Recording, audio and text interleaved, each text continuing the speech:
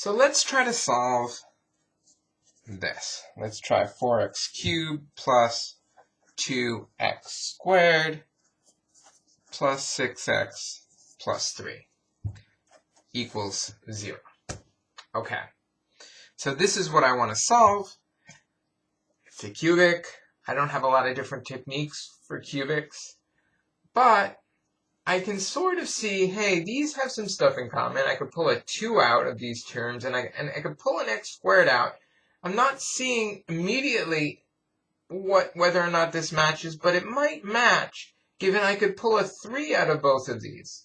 So even though there's no 3's here, maybe if I try to simplify the first two and the second two separately by grouping, things will work out.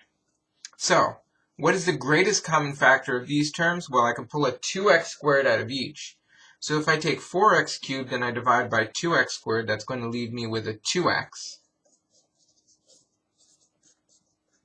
And that's just going to leave me with a 1, because if I take 2x squared divided by 2x squared, I get 1. Over here, I can pull a 3 out. And that will give me, well, 6x divided by 3 will give me 2x. And that gives me a 1. And lo and behold, it worked out nicely. So I can pull out a 2x plus 1.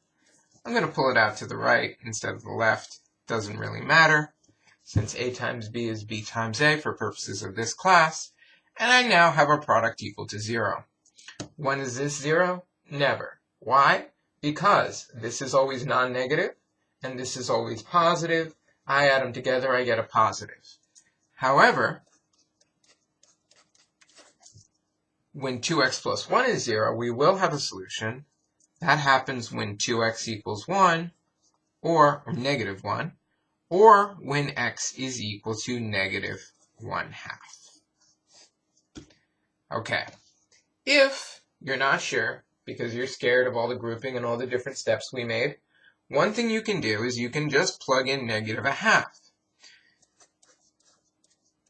Well, negative 1/2 cubed is going to be negative 1/8, because negative times negative gives me a negative. And then over here, we have 2 times negative 1/2 times negative 1/2, that's 1/4, plus 6 times negative 1/2, plus 3. And let's see if this equals 0. If it does, then we didn't make a mistake. Perfectly possible that we did make an arithmetic mistake somewhere. If we did, I might have erased the video by now, but maybe not.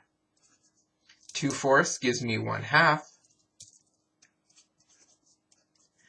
This is going to give me minus 6/2. Cancels, cancels, 0. Equals 0. And no mistakes. We found the only solution to this equation up here. And that's another example of factoring by grouping.